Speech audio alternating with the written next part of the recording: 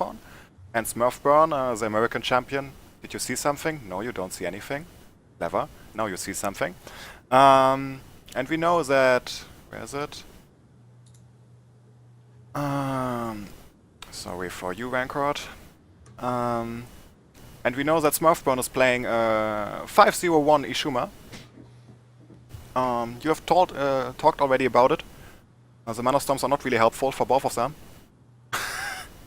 It's interesting that he plays Helixian Librarian in his version. I don't see much the benefit of it. Yeah, just for more card draws, like it seems, and for some easy blockers, but especially against Oh, Ishuma. broken bridge on both. That was naive by Smurfburn. That was definitely nice, but especially with control decks like this against Ishuma, it's of course a big problem, because the outmaneuver, that means with cheap blockers like the Librarian, who can block an attack against the most of all opponents. With outmaneuver, this is not working. And an early Venerable Kappa is really a problem for the Sandalphon control player, because he has Fortune Ward, and that means every card which is a Fortune, and most of his cards in his hand are Fortune, have no effect to the Kappa. Exactly. It's an incredible hard lineup with a Fortune-based deck against almost every Sanctuary deck. That's just a real hard thing. I mean, he is lucky that Smurfburn is playing not with Strength of the Sea, that would be another problem.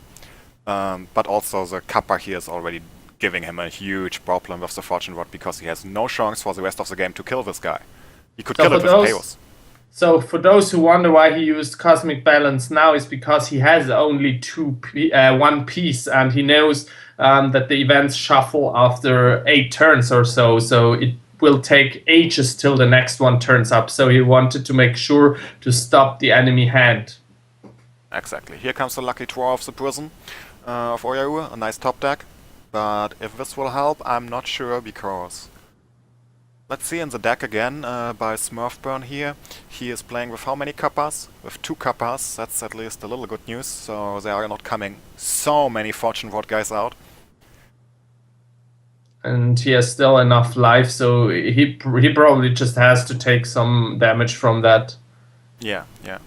But he has a problem now. Normally this is the first time where he can clear up perfectly, and he also have a unit in the graveyard, and with the Sandalphon's ability he could prison him now. He can still do this, but the Kappa is not going away.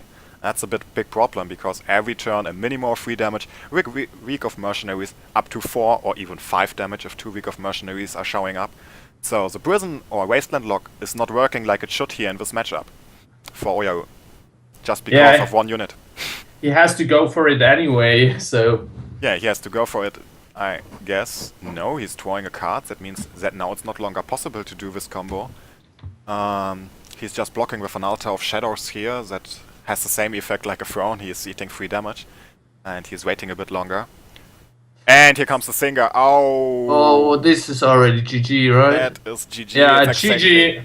And that was we said he should clear, and he went for the risky way and paid the price for it. Oh yeah, he has here just meeting his absolutely counter number 1. I'm seeing it. You know, maybe I'm playing a lot of Hakim and Tornatius in the last days. Also really Fortune based, and against Ishuma this kind of decks have almost no chance. It's whatever you're doing, it's wrong. Only two Venerable Kappas, so he might have still a chance. Yeah, but how? I mean, he needs a lot of time to deal the damage he has to do, and seriously, there are an Altar is never safe. Blockers are never safe because of outmaneuver. And yeah, Fortune Rod guys as well. It's really a disaster for every Fortune-based deck. And like I have explained it already, he can't switch his deck now in this series. Yeah, that's a bit of a shame. I guess it's around the 40-60 matchup for him.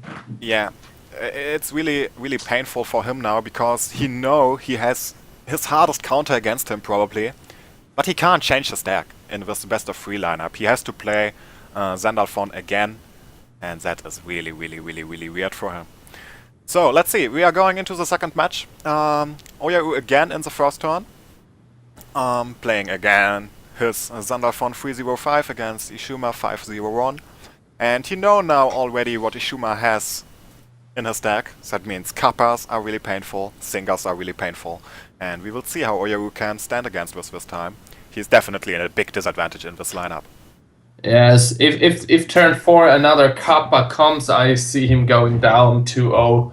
Yeah. If the Kappa takes a bit longer, Yeah. he might have a chance, but he shouldn't play as risky as he did before. Yeah. He need to come into a position where he is locking the opponent without any single unit on the field. And that is never possible as soon as the first Kappa is out. So the Kappa is deciding the game more or less here, because if the Kappa is out, it's really hard, because also a Sandalphon deck like this needs a bit time after the lock to finish his opponent, and as long as a Kappa is staying there, that's almost impossible.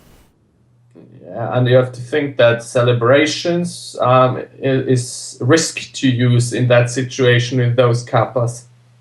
Yeah, he is given not only to himself free draws, he gives also to the opponent free draws, and what Smurfburn is waiting for is for one of his Kappas, and as soon as he have it, this game... Oh, and here comes the Kappa. Oh. Here is the Kappa, and it's so early, and the oyau already took 4 damage, and again, now he has to use the altar, but if there's another Stream Singer, it's almost over again, yes.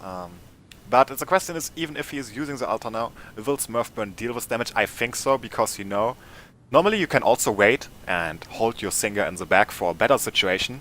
But here, it's like, if Smurfburn has a chance, he will use it, because this deck has no counter against this Kappa, and he will do another 3, 6, 9 damage over the next turns. And there is no reason, because Sandalphon cannot clear the units away, so he can use a throne, but then you have your Stream Singer back in the hand, so if you have a Stream Singer, you will use it. Oh wow, there was Campfire used, so... The only chance to get rid of the Stream Singer would be Peo on him if he is not blocked in front of it, but this is really the only chance to get him finally out of the game, because this deck, what oyau is playing here, is playing completely without spells. And there is more damage. Yeah, definitely more damage, and I guess the outmaneuver will... No outmaneuver will come. I was really sure that he will maybe outmaneuver this little Librarian. Oh. This is over. That is completely over. 2 out of 2 Kappas, and I mean, he cannot prevent those 6 damage, and he won't prevent them for next turn either. Nope. He can maybe a one-time block, and in the same time maybe also lock, so no outmaneuver can come out. But this is not helping him over the long turn, because we see Ishuma has still almost no cards on their hands. It means the tower, till he have a big impact, will take a long time. The prison is also not on his hand so far, and here we see now what is happening. He can just do almost nothing. He will wasteland now. Yeah, but he's eating 6 damage. And what he will do in the next turn? There is nothing what he can do. Exactly, he cannot stop them. He could just wasteland again, but that doesn't bring him anywhere. Yeah. Oh wow, this is so painful to watch. That is really the lineup what oyau don't want to see with this kind of deck. Sandalphon prison is almost killing everything, but not Ishuma, and overall also Sandalphon is a hard lineup because of Strength of the Sea. Everything what is giving Fortune Ward is just countering this deck so hard, if it comes out before the lock is starting. Yeah, definitely. So, I guess it didn't help that the deck was piloted by Sarius and people were aware of it. So, I mean, it's not bad to have 2 vulnerable Kappas in your Ishuma. It doesn't hurt your deck. No, it's definitely a nice counter, especially against this, and especially because Smurfburn is playing with Ishuma without Strength of the Sea. And here comes the surrender by oyau. He sees that he has no chance any longer in this game. And yeah, it's a worst possible start for oyau in this tournament here. Wow, that was really quick. Yeah, to get such a badass counter in his